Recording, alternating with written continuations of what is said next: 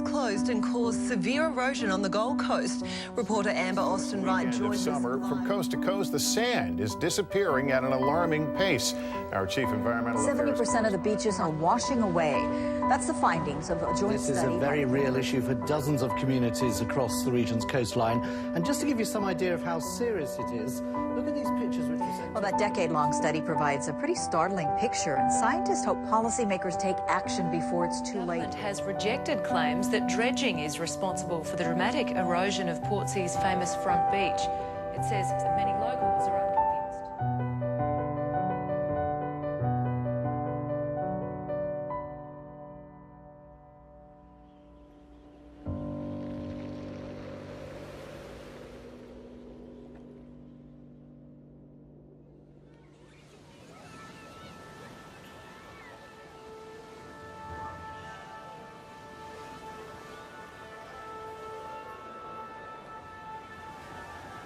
For most of us, sand conjures up images of days at the beach, relaxation, and fun. But that's about it. Once the holiday's over and we're back at the daily grind, sand is hardly worthy of attention. But will it always be there for our vacations? And is beach sand the whole story? Beyond the shoreline, what is the impact of sand on our lives? Sand is what I like to call an unsung hero of our lives, because there are just endless examples of the way in which sand intersects with our daily lives, which we are really not commonly aware of. Sand has quietly infiltrated every corner of our world. Melted and transformed into glass, it sits on every shelf. It's also the source of silicon dioxide, a mineral also found in our wines, in cleaning products and detergents, in paper, dehydrated foods, hairspray, toothpaste, cosmetics, and an astounding variety of products we use on a daily basis. But it's also a source of strategic minerals such as silica, thorium, titanium, uranium.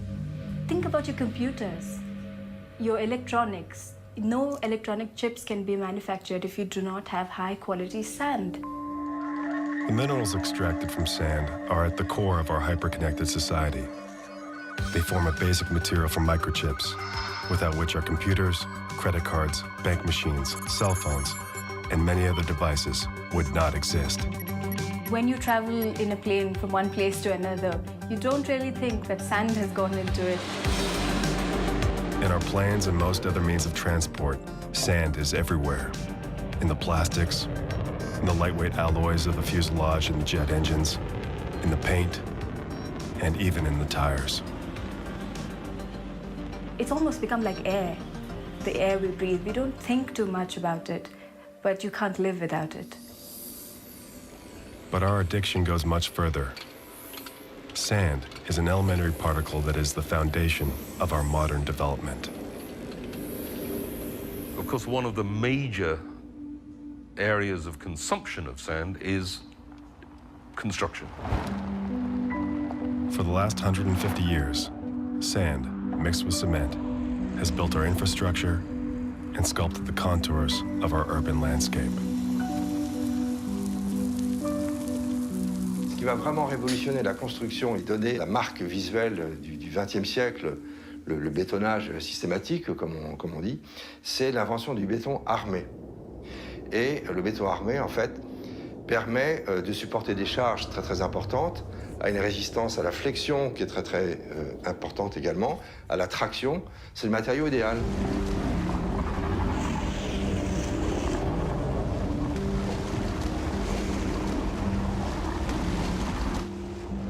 Because of its technical efficiency and low cost, this gray matter has become so vital that it is the dominant building material around the globe.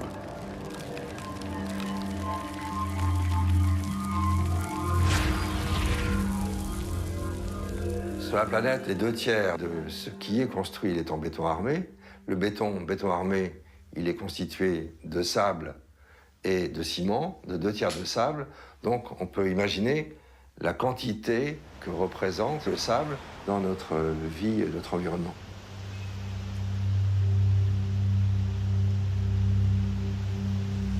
The quantities used are astronomical. To build an average house, it takes 200 tons of sand. For a larger building like a hospital, around 3,000 tons. Each kilometer of highway devours 30,000 tons. And to build a nuclear plant, the estimate is about 12 million tons.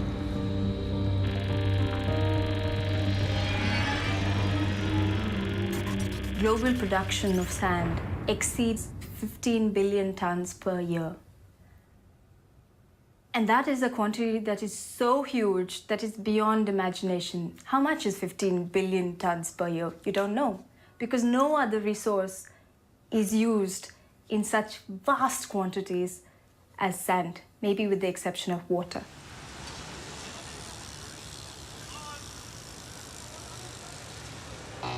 The market for sand is huge, and the aggregate industry is booming. The sandmen have not been affected by the economic downturn, and they are predicting steady growth of the demand.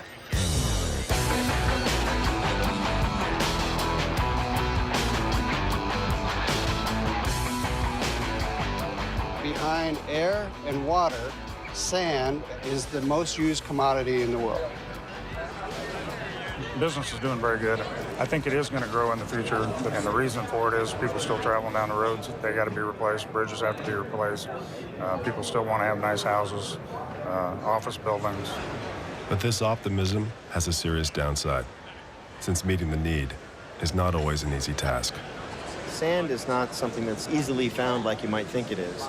It used to be that you'd have a sand and gravel deposit, and you'd simply go and dig it up out of the ground, so you'd have sand to make your roads, bridges, and buildings out of. But that type of material has all been taken away. It's gone. We've used it already.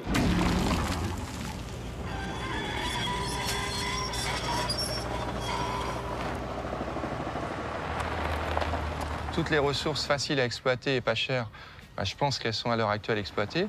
On a commencé à exploiter le sable dans les rivières. Bon, après, on s'est aperçu que ça pouvait éventuellement contribuer à plus de crues. On a arrêté aussi d'exploiter dans les carrières à ciel ouvert parce que, en termes de paysage, c'était un petit peu dégradant. Donc maintenant, on se tourne vers la mer en se disant, la mer, de toute façon, on ne va pas changer le paysage. La mer, c'est immense, c'est énormément de sable. Mais on commence à s'apercevoir que non, là aussi, ça pose des problèmes.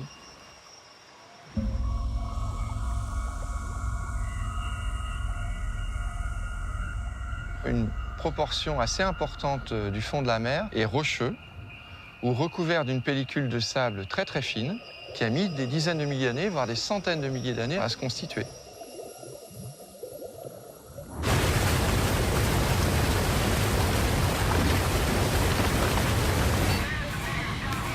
Oh yeah, everything's good to go. You say that drum cleared itself up? From now on, most of the sand required to satisfy our bloated appetite will be found beneath the ocean. And the workhorse of the industry is a dredger, a giant tanker equipped with a suction arm that can pump huge quantities of sand to the surface.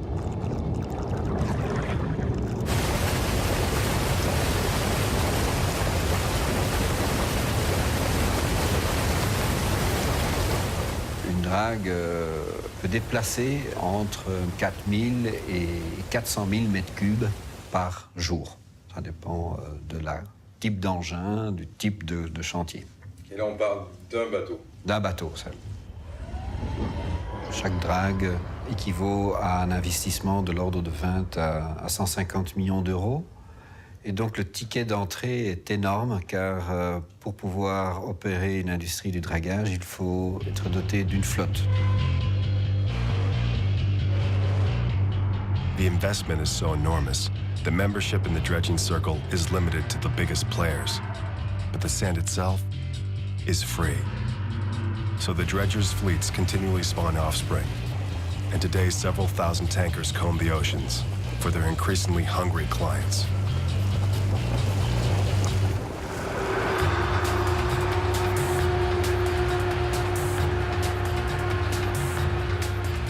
Dubai is an astonishing example of this appetite.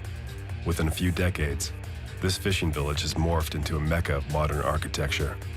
It's a sandbox for developers where no fantasy is too grandiose. But Dubai's delusion of grandeur swallows up a lot of sand.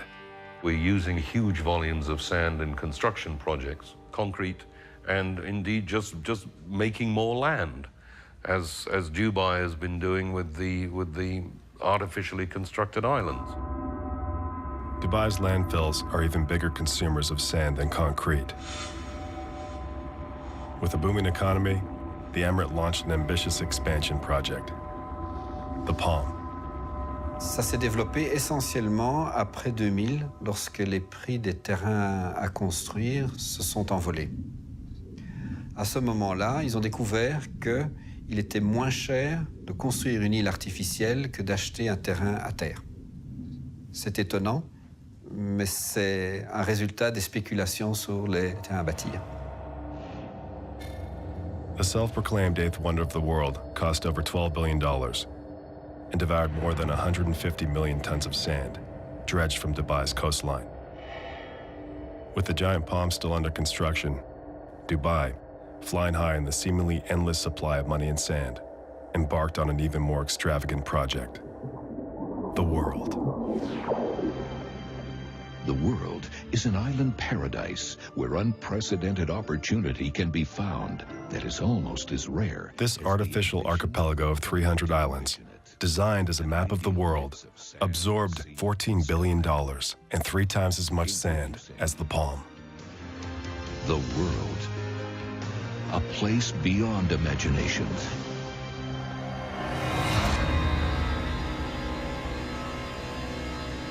Today, the world is a mirage. It's strictly forbidden to approach or photograph the artificial islands. The worksite has been abandoned since the onset of the financial crisis in 2008. Deserted islands now parch in the sun, awaiting the uncertain day when millionaire buyers will again descend on Dubai and restore its glory. For Nikhil, the corporation managing the Palm in the world, the crisis is more than financial. Overdevelopment has totally liquidated Dubai's natural sand resources. Without sand, the Emirate with a construction addiction has reached an impasse. And you think, well, fine, of course, Dubai is on the edge of the desert. They've got all the sand they need. Like all the Gulf states, Dubai has sand everywhere. So why doesn't the Emirate simply help itself to the desert? Ils avaient voulu faire la première île palmier avec du sable du désert. Mais très vite, ils ont dû abandonner cette idée. Ils ont découvert que c'était une catastrophe.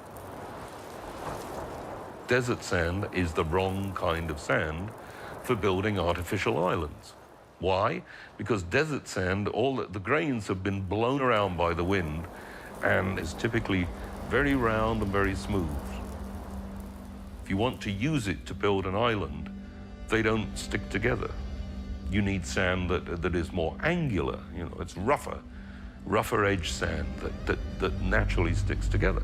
The shape of desert sand grains makes it useless for any kind of construction. On the contrary, sea sand has the rough structure that is needed. But as Dubai has shown, it's in limited supply. Sand is not a sustainable resource. Although its stock is exhausted, Dubai has not given up. Half a world away, there's a supply crucial to its building fever. La grande ironie par rapport au problème de Dubaï est le fait que ce pays entouré de sable de désert, inutilisable pour la construction, a dû importer du sable d'Australie pour construire leur Burj Khalifa, la tour la plus grande du monde. We have a saying in English which is selling sand to the Arabs, which is obviously a joke, but it seems that that's actually come true in the case of Dubai. Dubai's sand crisis is not the only one. It's just one example of a global trend.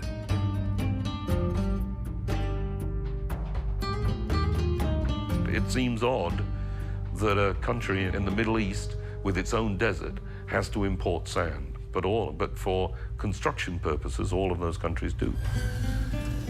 Whether for its mineral components or as an engine of urban renewal, Sand is an essential substance, valued at $70 billion of international trade per year.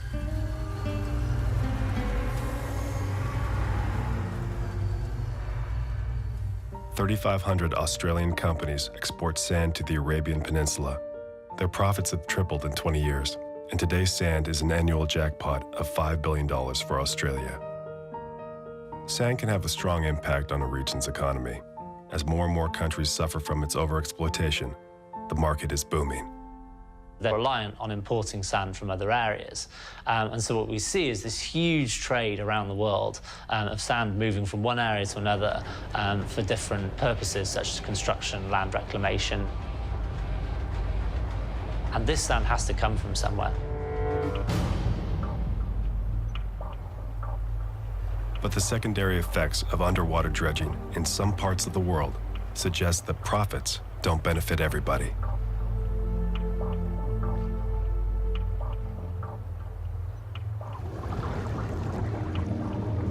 As you dredge up the sand, of course, all the animals and plants that are on the seafloor, they will all be dredged up as well. And therefore, whatever living communities are there will just be eliminated. They also contribute to the food chain in the water column above them, so that you have some fish that are swimming in the water column, going down to the bottom, feeding on these organisms. Sand is the primary link in the underwater food chain, and the survival of all species, from the smallest to the largest, depends on this ecosystem.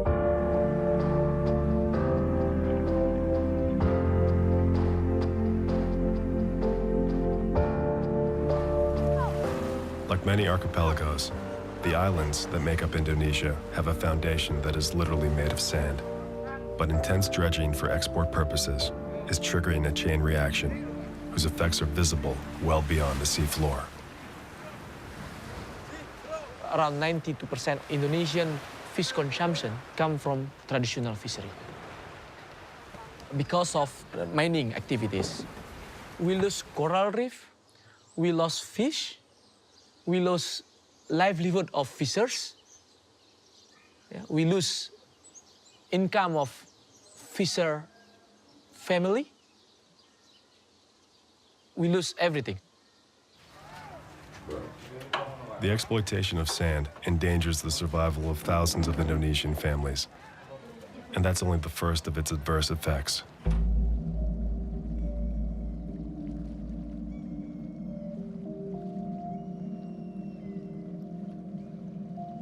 If you have an island made of sand, it's only there because of conspiracy of natural processes, wind, waves, water currents, time of year, and so on.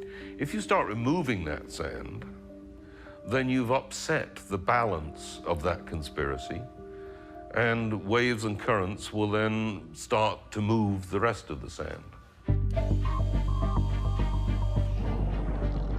After the extraction of sand, a combination of waves, currents, and gravity slowly fill in the vacuum.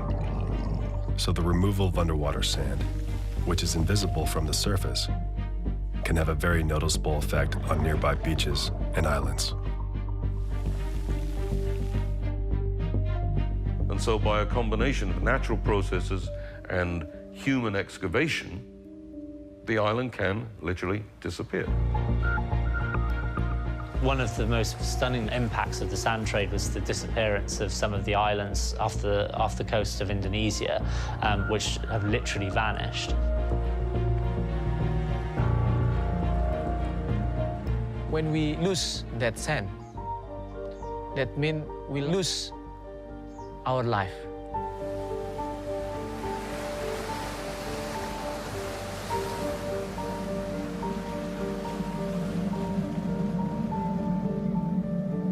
Once an island disappears, the international maritime boundary changes, or is required to.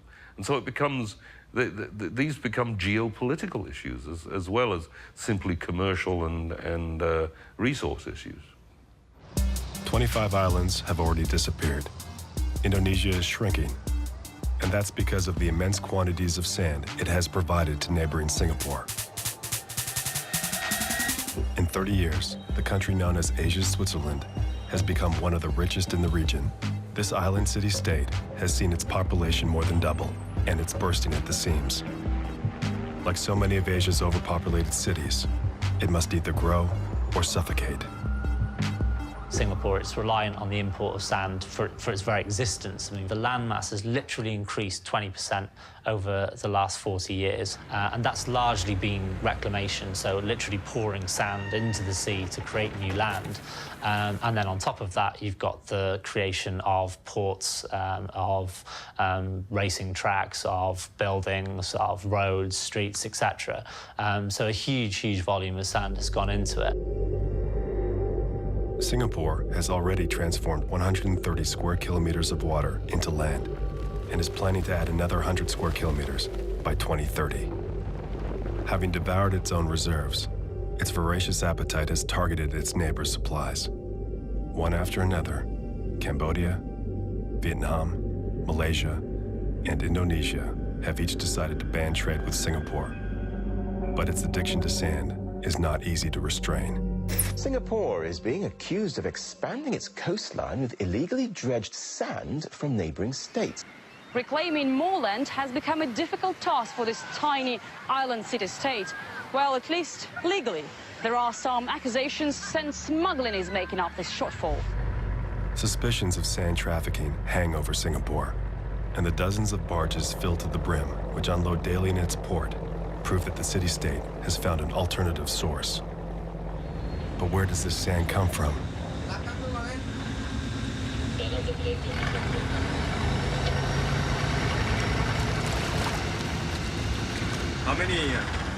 How many tons here? Gross 3,000 tons. And you come here every day, every week? Today one trip. Today one trip. Jal, tadi depan dulu Jal. This one is from Indonesia also? No, Cambodia. Cambodia? Cambodia, yeah, Cambodia. Cambodia? This one transit Mena. Oh, and you Indonesia? Satu $2. You work for Indonesian company or Singapore company? Singapore company.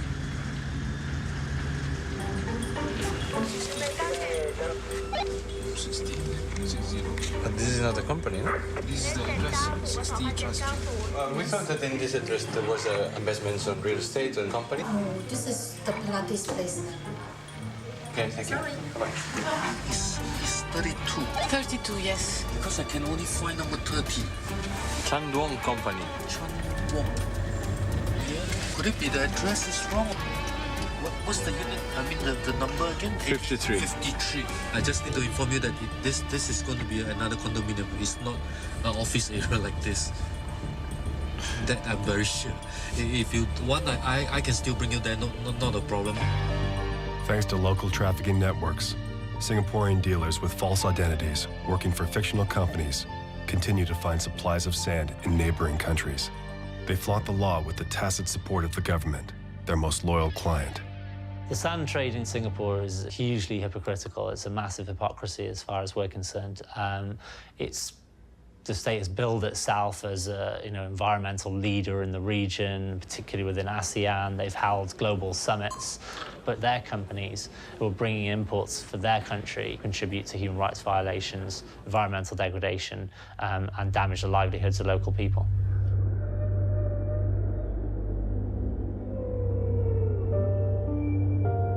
Like oil, gas, and all non-renewables, sand is now on the front line of a war on raw materials, which endangers communities and antagonizes governments. As the demand builds, the circle becomes increasingly vicious.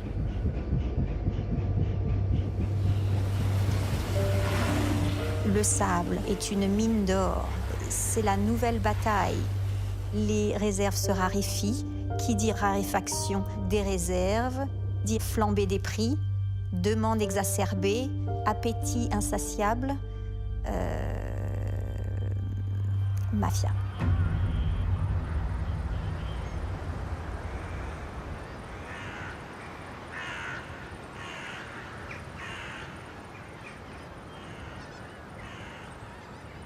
In Mumbai, we enjoy the position of being the financial capital of the country. And we also have a huge housing boom, construction boom. That's because of the influx of so many new people into the city. Like the other Asian giant, China, the Indian economy has the wind in its sails. Rural people hoping for a better life are squeezing into the large cities. And as the urban population explodes, construction must keep up with the pace. In today's economy, particularly in Asia, the rate of construction is phenomenal, and therefore the rate of consumption of sand is phenomenal. And the value of sand is such that it's a commercial commodity that is smuggled. I mean, it's a big business, is smuggling sand, which I don't think most of us would instinctively think about. The Sand Mafia is the most powerful criminal organization in India. It uses blackmail and violence to enforce the loyalty of the local populace. And way beyond the extraction sites, its influence reaches into all the spheres of power. A lot of the people who control the Sand Mafia also control a lot of the construction materials businesses in Bombay, as well as the constructions themselves. In addition to that, they also control the administration through their political contacts. So that just completes the whole value chain, right from extraction to construction, the profits in each part of it, the administration and the police. Under the eyes of corrupt authorities, the sand pirates ply their trade in broad daylight at more than 8,000 dredging sites scattered across the coasts and riverbanks of the subcontinent. And Asia is not the only region torn apart by the sand wars. The demand for that resource is such that the illegal excavation and commerce in sand is a worldwide problem. For the mafias, beaches are easy prey because the sand is literally within arm's reach. So they hit even the most popular tourist sites, the places where you expect to stretch out on a beach and worship the sun.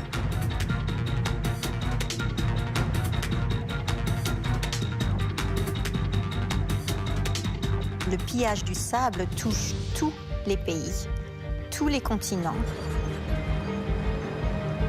Des tonnes et des tonnes et des tonnes de sable sont enlevées chaque jour sur les plages du monde, Caraïbes, Asie, Afrique.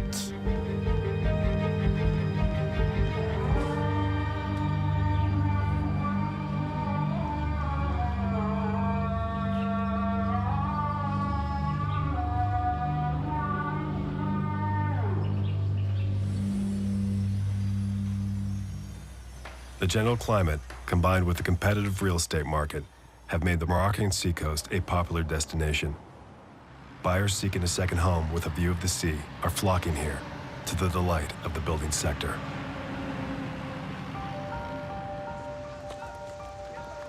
But on the beaches, the scene is not really what you expect in a seaside resort.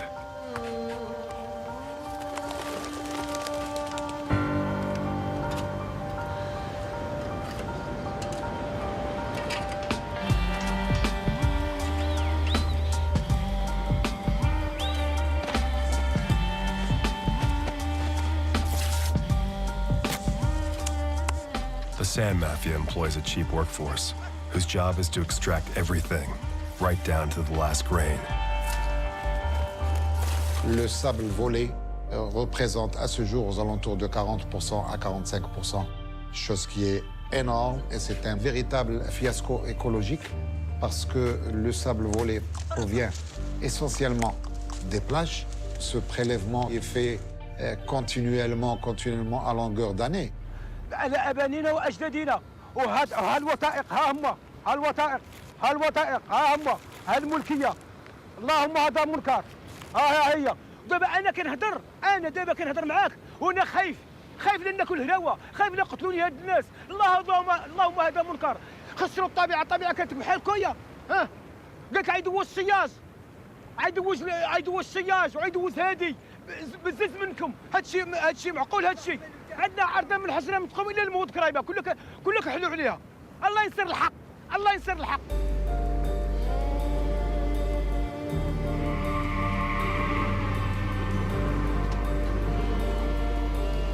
Once the sand is taken from the beach, it's loaded onto trucks and sold directly on the construction sites of unscrupulous developers.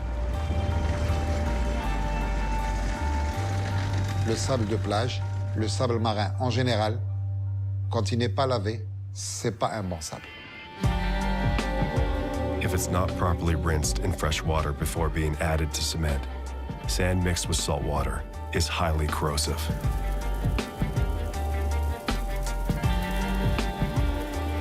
Avec un sable qui contient du sodium, votre construction, elle est en danger. À court terme, à moyen terme et à long terme, elle risque un jour ou l'autre de s'écrouler.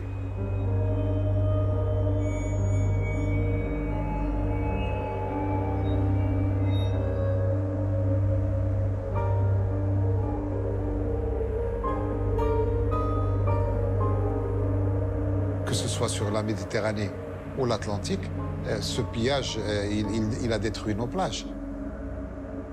Bientôt, on n'aura plus de plages dans beaucoup d'endroits du Maroc. Unregulated dredging has transformed beaches, which once had a thick layer of sand, into lunar landscapes. And ironically, the stolen sand forms the concrete which shelters vacationers who came to Morocco for the beaches in the first place. Si on fait l'extraction sauvage, que ce soit dans les rivières, sur les plages ou au large, on va aboutir inexorablement à une disparition des plages. The problem is that the beaches are already disappearing, and on a scale which goes way beyond the reach of the mafia. Globally, between 75 and 90% of beaches are actually undergoing some sort of retreat. And that's only going to get worse.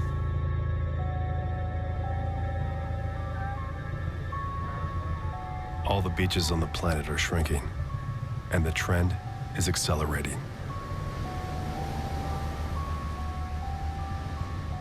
Just 2 years ago, there was a row of houses here, I think about 8 houses from about here all the way down to the condo. And those houses, they were underwater. The shoreline was going right past them. So they ended up taking them out. So these houses here, which are on the beachfront, we're row number 2. And I suspect that these houses won't be here in 5 years.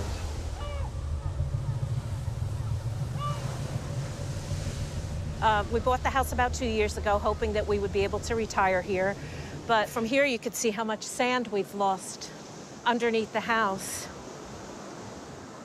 because it was up to level with the cement, but of course it went out into the ocean. So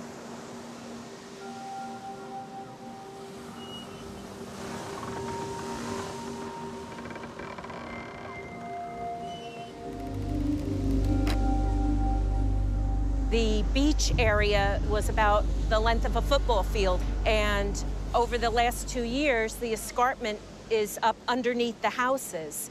So the erosion on this part of the beach is much quicker than we anticipated or that is deemed normal.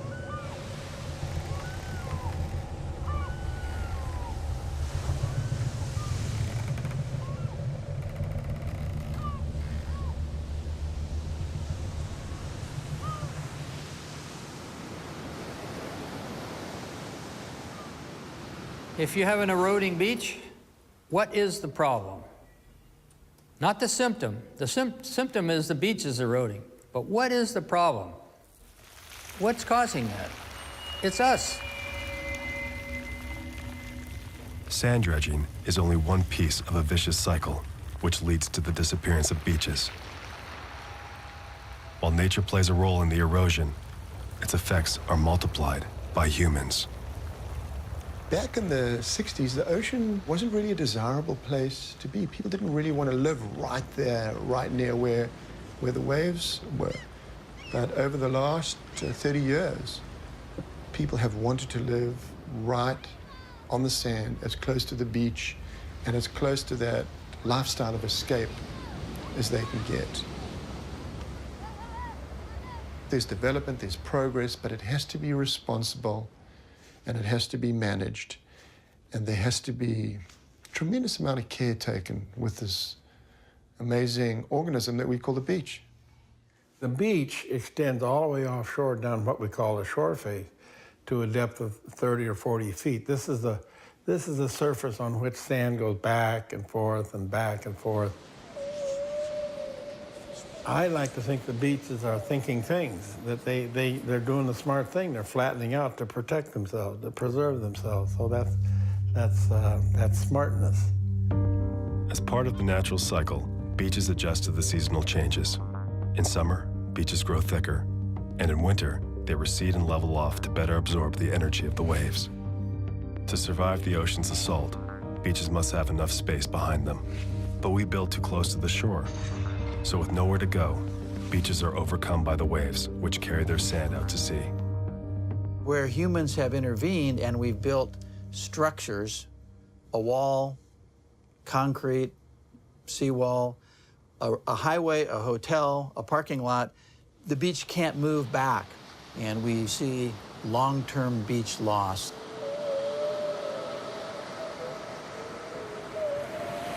So it's important to recognize that the erosion problem is caused by us because we built something there to measure it by.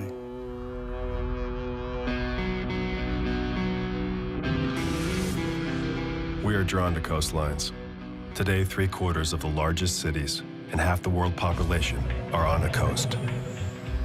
As the population growth accelerates, the world's hyper-urbanized coastlines increase in density. By 2025, 3/4 of the world's inhabitants will live near the ocean. And those thin ribbons of sand which surround the continents are feeling the pressure.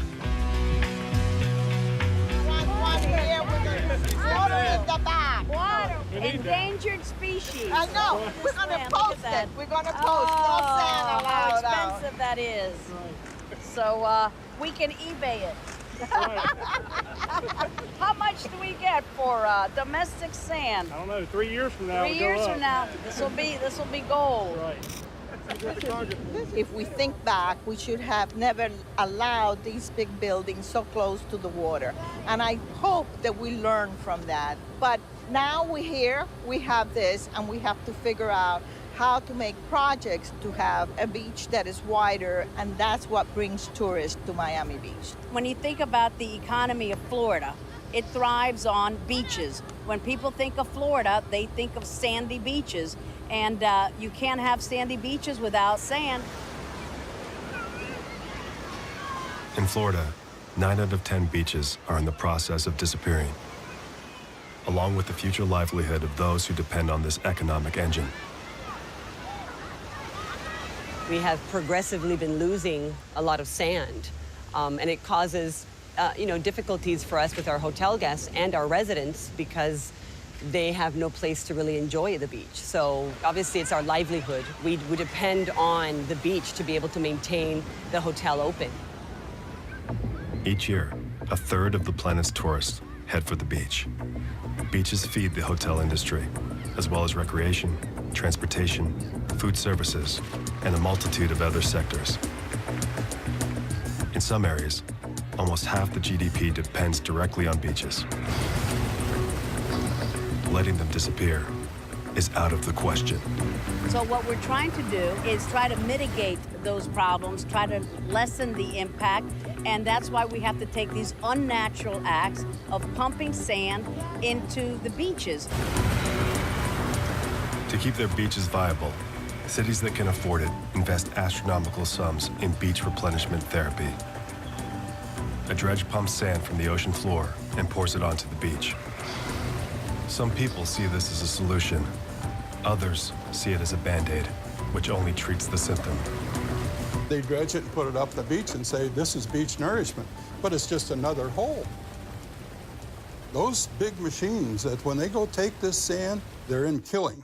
Everything within that sand is ground up, put into a pipe, crushed, moved, and then it comes out and pumped on a beach. Well, the life forms in that part of the beach aren't prepared to be buried alive and suffocated. It's a killing process for the sake of dollars. Today, it's multi-billion dollars being spent just in the state alone. And guess what? They're not curing anything. Our problems are getting worse. If there's no sand there naturally, or the sand will not stay, why should it stay there? Because we took it out of a truck or a ship. And we did a project like that in California, and most of the sand, this was a $17.5 million project, most of the sand was gone within a year.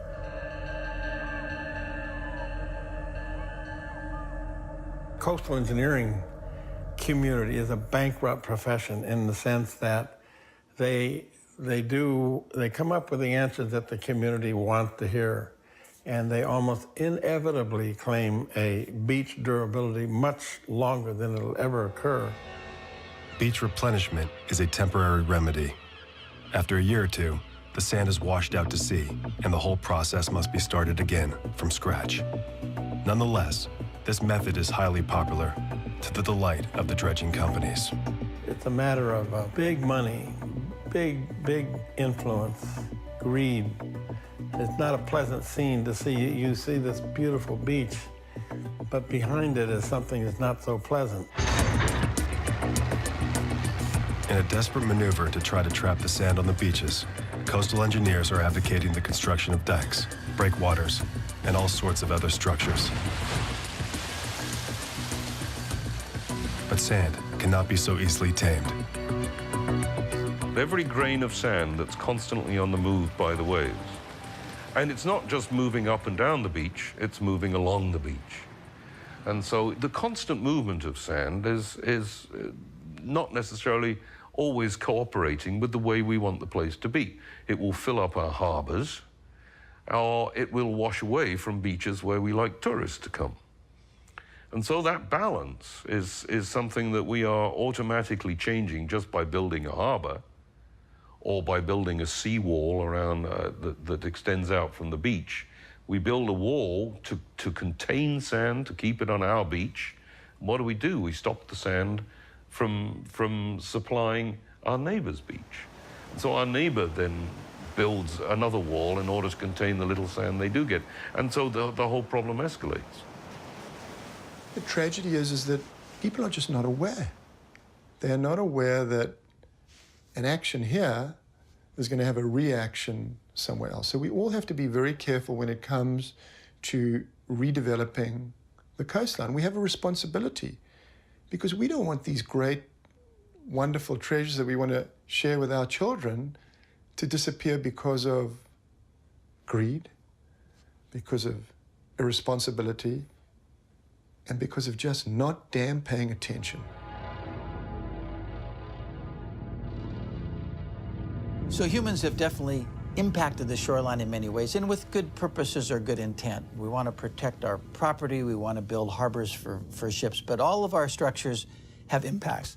And we cannot, in the long run, win. So most structures, ultimately, anything we build is going to fail. Despite all our efforts, the investment of astronomical capital, and the construction of colossal barriers, sand continues to slip through our fingers. To understand the causes of this global crisis, you have to look for the source of 90% of the world's sea sand, often a long way from the beaches. Most of the natural sand in Florida came down through the Carolinas and Georgia and perhaps even Virginia. You know, a lot of the major rivers and things like that drain from the Appalachian Mountains. So, you know, geologically, that's the source of this salacious sand.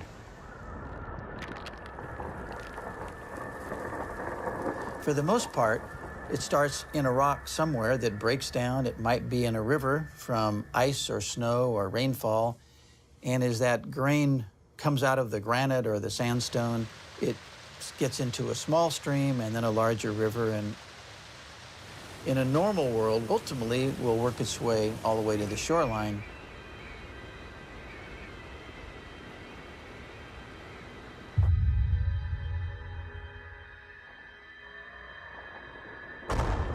It takes thousands, or even millions of years for a grain of sand to reach the sea. And it's a journey full of pitfalls.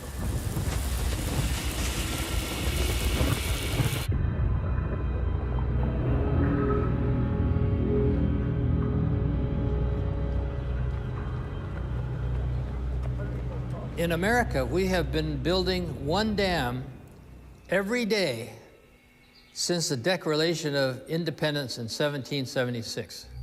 One a day. 80,000 dams block the rivers of the United States. In China, where the demand for energy is exploding, dams are popping up everywhere, so that by 2020, not a single waterway will reach the sea. And in the rest of the world, there are at least 845,000 dams, and it's not only water they are holding back. So all that sand that should be at the beach is behind the dam.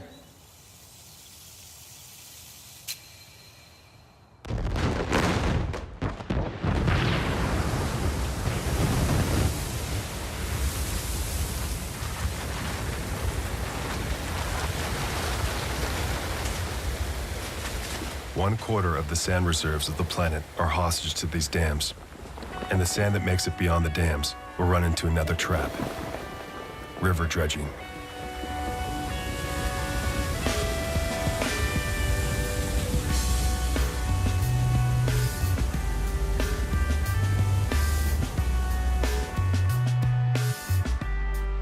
Although it's regulated in many countries, it's still a widespread practice, particularly in countries where legislation is weak. The result? About 50% of the sand that should nourish the world's beaches will never reach the sea. Prélever du sable dans la rivière, c'est se priver d'une ressource de sable qui un jour arrivera à la côte et donc du coup entraînera l'érosion des côtes, puisque le budget sera négatif vu que d'un côté ça disparaît et puis qu'en plus on bloque le transit qui vient de la rivière qui pourrait recharger naturellement. The coastline, like many other environments, it's like the Earth was always thought so big, so vast that we couldn't have an impact on it. We can't do that any longer. I think whether it's our agriculture, our food supply, our water resources, or our coastlines and our beaches and our sand, they're all part of a very interconnected system. And we built a dam for water or electricity, which is a good thing, but downstream there's no more sand. So somehow we have to figure out how to bring all those things back into balance by taking some conscious steps to try to reduce the impacts of those things we're doing as a civilization.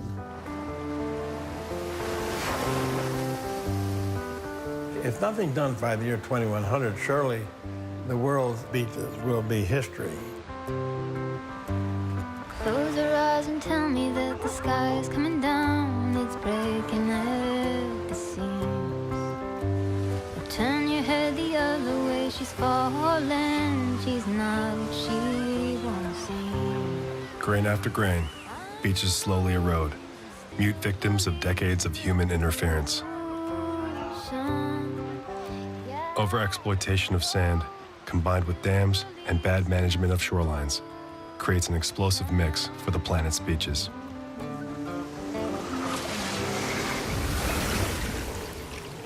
If you add the rising level of the ocean, you get an ecological time bomb. The ranges now by 2100 are on the order of 3 to 4 to 5 feet. And right now there's about 100 million people around the world living within 3 feet of sea level. So if you're at sea level, each grain of sand matters. Sand is the most mobile resource on Earth. The water level rises gradually, and beaches adapt to it by constantly changing their shape. This capacity to shift and survive is what gives beaches a crucial geological function. Ce qu'il faut bien savoir, c'est que beaucoup de plages sont ce qu'on appelle en géologie des barrières. Et ces barrières, qu'est-ce que ça veut dire?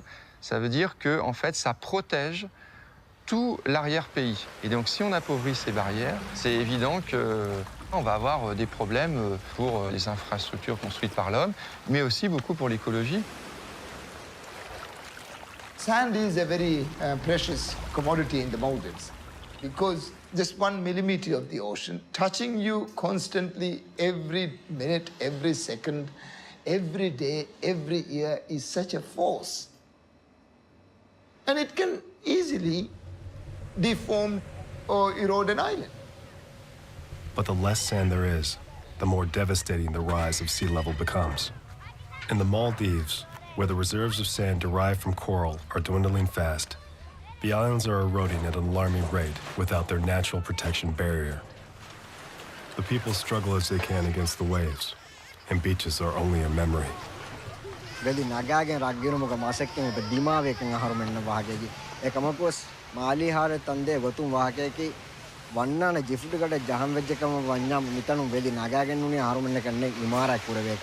aslo hagegatu ga waake ki veli neguma kunne ekanya kunnu mekanta vane ki bodan aslo girage medane ekamuga aladum kudavege mihunge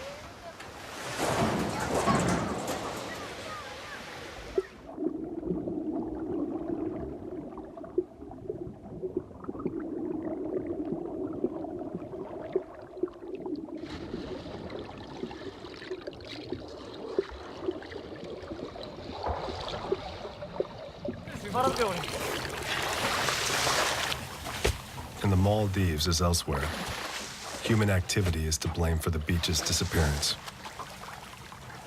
Traditionally, sand gatherers dive for it in the lagoons around the islands and sell it to developers.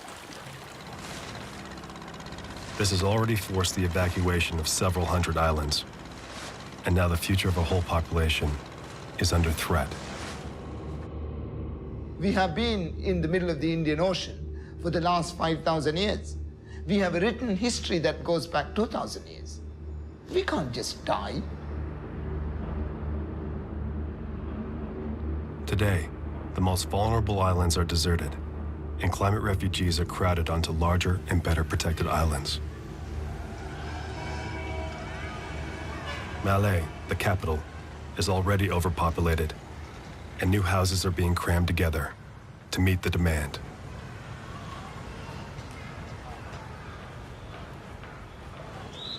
But absurdly, this construction boom is fed by sand removed from the nearby lagoons. It's the very same sand that is supposed to protect the islands and their inhabitants from rising water levels. The sea rise, it's just going to happen a lot more quickly without sand. But it's not going to stop there. It's going to take out, half of Manhattan. It's going to take our cities as well. It's going to keep coming. And the sand is our barricade. And we have to understand that.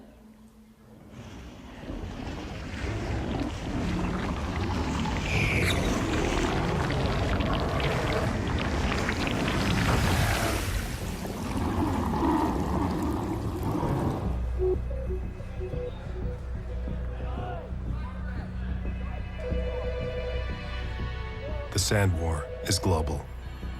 Far from the beaches, it is also being waged in the secrecy of markets, where sand is sacrificed to greed.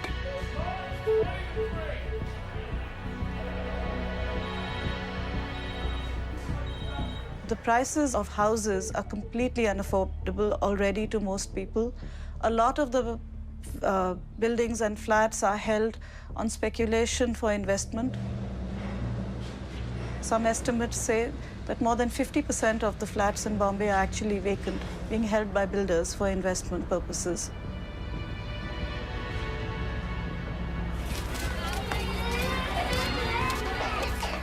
Prices shoot up, the common man's unable to afford houses. So while you continue to keep building because of development, it's not really going to people who really need it, because the population in slums is growing exponentially.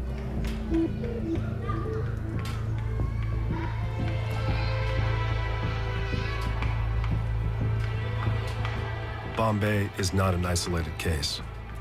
We've never built on such a scale. But at the same time, housing has never been less available. We've created a frightening paradox. 1/3 of the urban population now lives in slums, while ghost cities and empty apartments are built all over the world. In China, 65 million flats are empty, yet the construction industry is flourishing, swallowing up 1/4 of the sand extracted on the planet. Spain holds the unfortunate record as the European country most addicted to sand, and as it turns out, for no purpose. In the midst of an unprecedented housing crisis, 30% of the homes constructed since 1996 sit empty. Entire airports have been built without seeing a single passenger.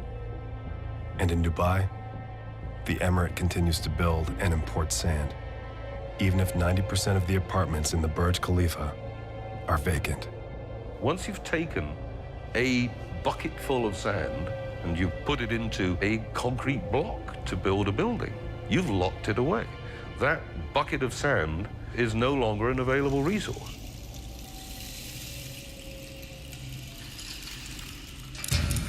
There are components and behaviors, physical behaviors and chemical and mineral components of sand that are far more valuable than just using up the sand in a fundamental, just pouring it into concrete.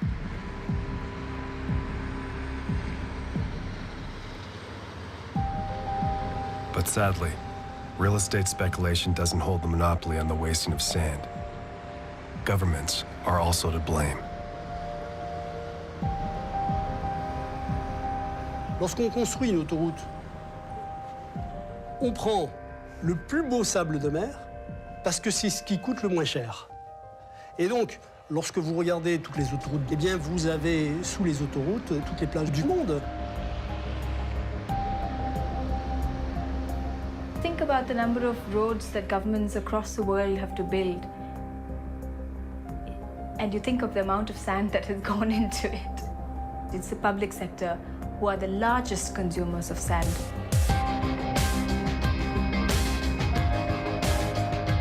The leading consumer of sand is always the state. So there's an obligation for the politicians to act, to introduce regulations that will benefit the majority of citizens.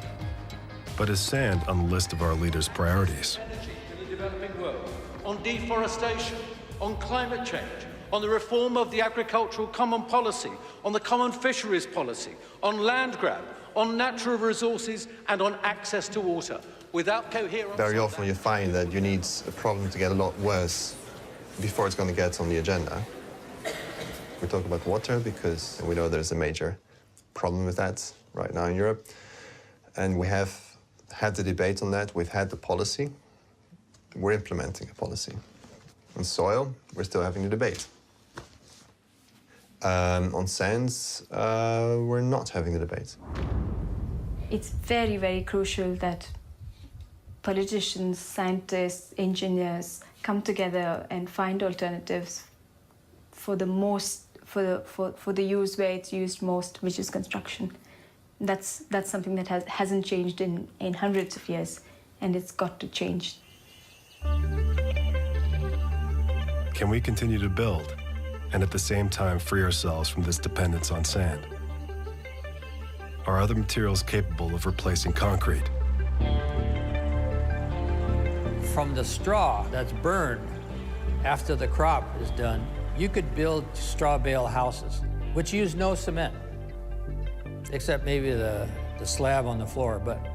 And they're earthquake proof. Those houses are perfectly insulated, and they're fireproof. You don't have to build concrete buildings. You see this building right here? This building was built with 95% recycled materials. All the steel is recycled. It's made from Japanese cars, you know? It's all recycled steel. And when this building is finished, they can melt this steel down and make more buildings. There's so many materials which can be recycled. I think we need to exhaust those. And in the meantime, maybe the world changes. You know, some years ago, people used to build not with this quantity of reinforced cement concrete, but at different methods of construction. Perhaps we'll find different methods of construction, but in the meantime, at least we need to use recycled materials as far as possible. Like straw and metal, our homes are recyclable, and rubble can be reused to build roads or new housing projects.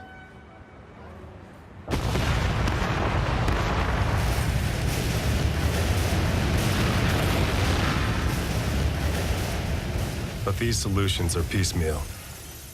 They are faced with our usual inertia and relentless lobbying by the industry.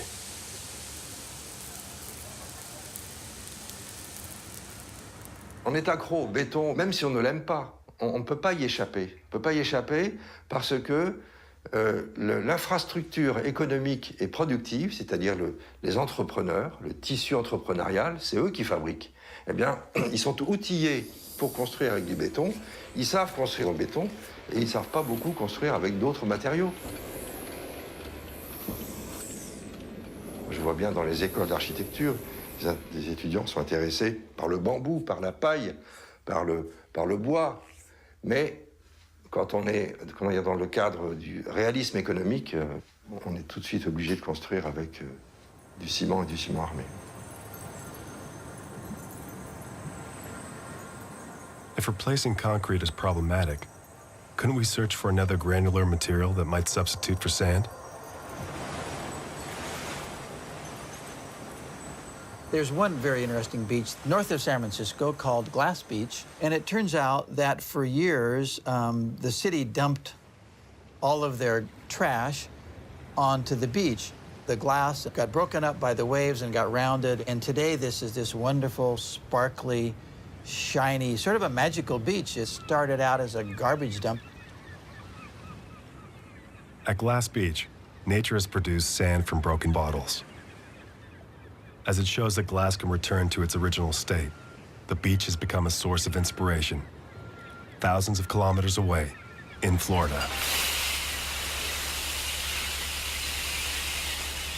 You can turn a liability, which is something that has to be disposed of and takes landfill space or something like that, into an asset, then you've killed two birds with one stone.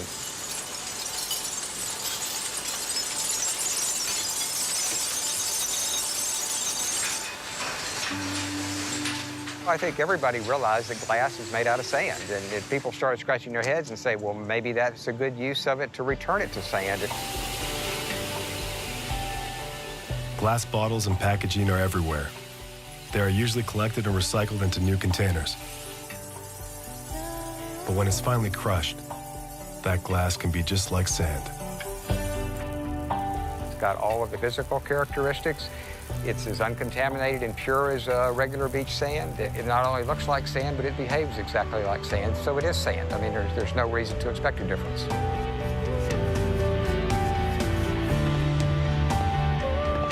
Sand from recycled glass is one promising alternative for the beaches of Florida and elsewhere. On the beaches where it has been tested, this substitute has worked. Even the sea turtles have adopted it as a place to lay their eggs.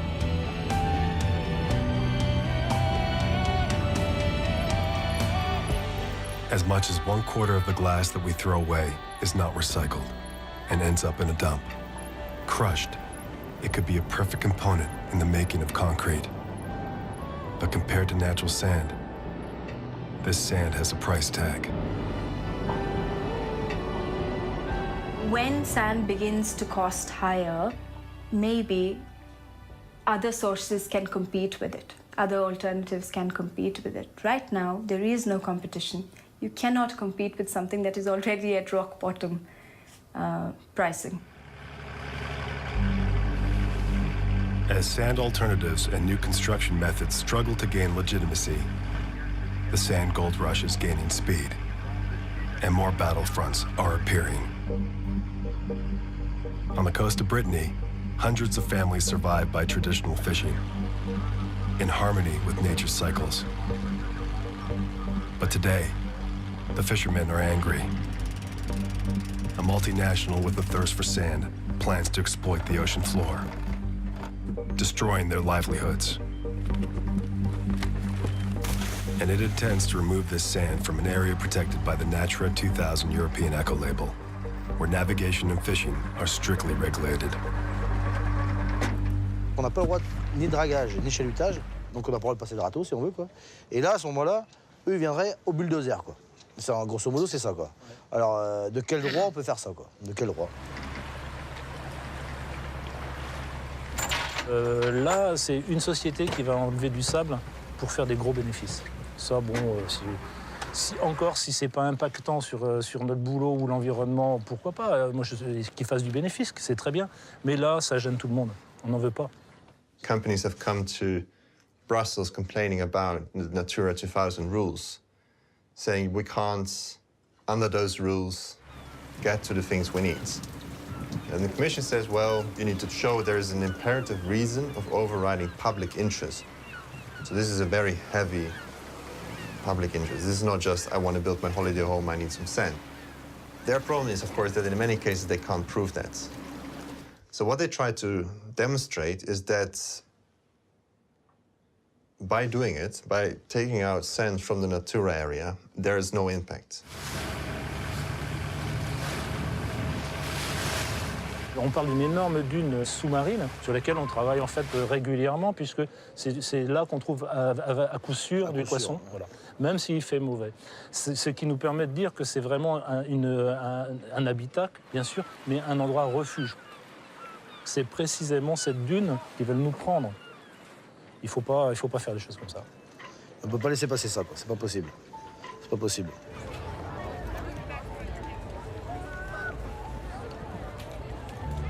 Au nom de quoi nous enlève-t-on ce sable? Ce sable, il n'appartient à personne. Nous l'avons reçu en partage de ceux qui nous ont précédés et nous devons le rendre à ceux qui vont nous suivre.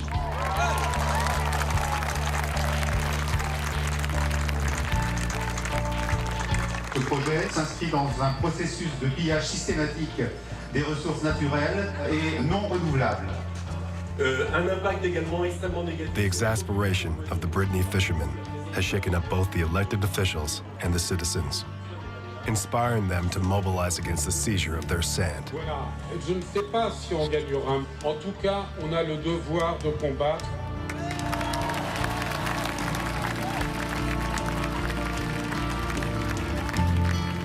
Bonjour à tous. Donc moi je suis pas tellement habitué à faire des discours parce que je suis donc marin-pêcheur sur Tréverdun. Mon bateau est là. On voudrait pas que notre travail et notre site de travail soient sacrifiés pour des sociétés qui ne cherchent à venir à Tréverdun que pour faire des profits, pour exporter du sable en Angleterre ou je ne sais où.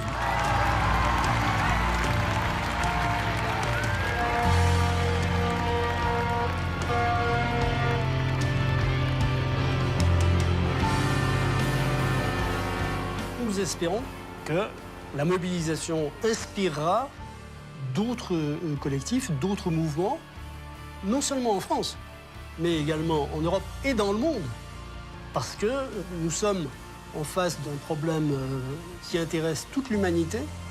Donc il faut que, à partir de là, nous puissions résister à cette guerre du sable.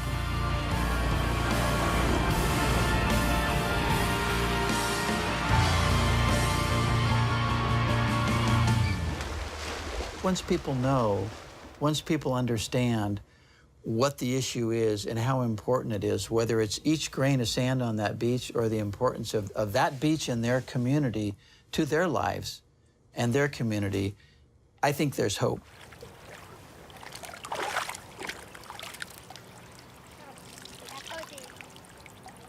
See for yourself. This is the sand used for construction. This sand has been taken from where? From the beaches.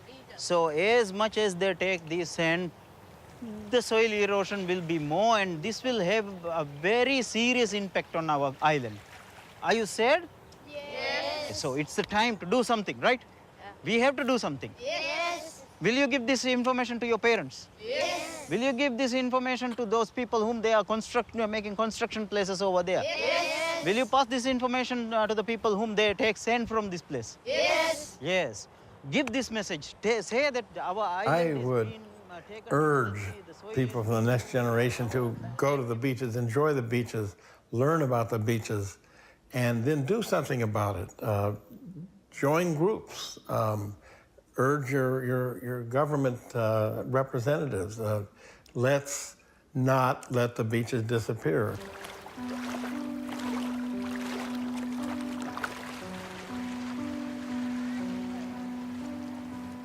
I believe that the younger generations of the planet must come out and try to impress upon others the gravity of the issue and what is happening to the planet, that we must come out and rescue it.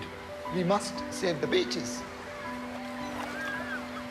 Given the scale on which our society is built with sand, I think sand deserves a little more respect. Whether it's more freeways, whether it's more dams, whether it's more gigantic, you know, trying to see who can build the tallest building. We got to get away from these gigantic schemes and get back to a simpler way of living.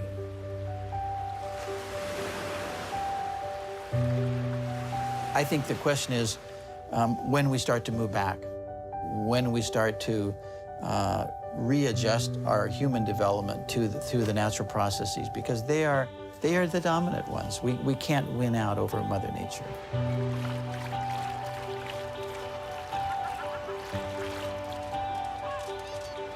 There have been tremendous environmental victories, but the beach itself, it's been left to fight for itself. Maybe it needs us to fight for it. The fate of beaches is not cast in concrete. Perhaps the day will come when we see beaches with fresh eyes, conscious of their uniqueness and fragility, that every grain of sand plays a role on the planet and in our lives. Only then will we understand that nature is our best ally, and we'll win the sand wars for the good of us all.